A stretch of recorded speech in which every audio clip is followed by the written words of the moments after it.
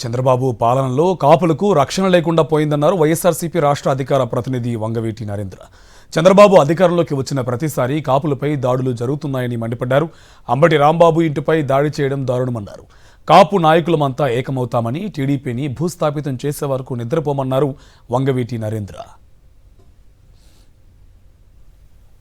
ఆంధ్ర రాష్ట్రం ఇవాళ గూగుల్లో కొడితే ఆంధ్ర రాష్ట్రం కేర్ ఆఫ్ అడ్రస్ గా రెడ్ బుక్ రాజ్యాంగాన్ని దాటి బ్లడ్ బుక్ రాజ్యాంగం దాకా వచ్చేసింది. ఏంటి బ్లడ్ బుక్ రాజ్యాంగం అంటున్నారా? రాష్ట్రంలో జరుగుతున్నటువంటి అరాచకాల యొక్క పరాకాష్ట. గొడవలకు పోయింది, హత్యలకు పోయింది, తగలబెట్టటాలు, రావణ కాష్టాన్ని మించిపోయి ఇవాళ ఆంధ్ర రాష్ట్రం యొక్క పరిస్థితి ఆ స్థాయి దాకా వచ్చేసింది. నాడు అంటే కాపుల్లో ఒక బలమైన నాయకుడిగా ఎదుగుతున్నటువంటి స్వర్గీయ వంగవీటి మోహన్ రంగా గారి దగ్గర నుంచి తీసుకుంటే ఎవరైనా కానీ ఒక బలంగా ఒక నాయకుడిగా ఎదుగుతుంటే తెలుగుదేశం పార్టీ ఒక స్వార్థపూరితమైన పార్టీ అని ఆ రోజున ఆయన నిలదీశారు.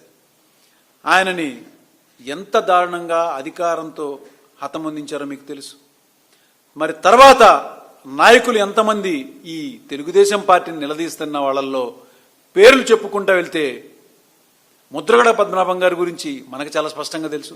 ఆయన ఎంత దారుణంగా ఆయన సతీమణిని, వాళ్ళ కొడుకుని కాపుల గురించి మాకు న్యాయం జరగట్లేదని ప్రశ్నిస్తే హింసించారో మీకు తెలుసు.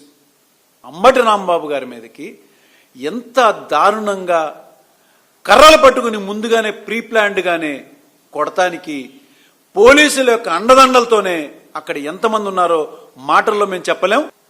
మీరు ఇంత అరాచకంగా ప్రవర్తిస్తారా? అధికారాన్ని అడ్డుపెట్టుకుని ఇంకా బూతుల గురించి మాట్లాడుతున్నారండి. రాంబాబు గారు బూతులు తిట్టారని చెప్పని కొన్ని వందల మంది అక్కడ ఆయనని అంత దారుణంగా బూతులు తిడుతుంటే వాళ్ళ తల్లిదండ్రుల్ని కానీ వాళ్ళ ఇంట్లో వాళ్ళని కానీ తిడుతుంటే స్పందించలేరండి. చీవుని నెత్తురు ఉన్నటువంటి వాడు ఎవడైనా కూడా స్పందిస్తాడండి. హుష్ అని అంటే ఎగిరిపోయేటువంటి కోడి కూడా పిల్లల జోలికి వస్తే ఊరుకోదు.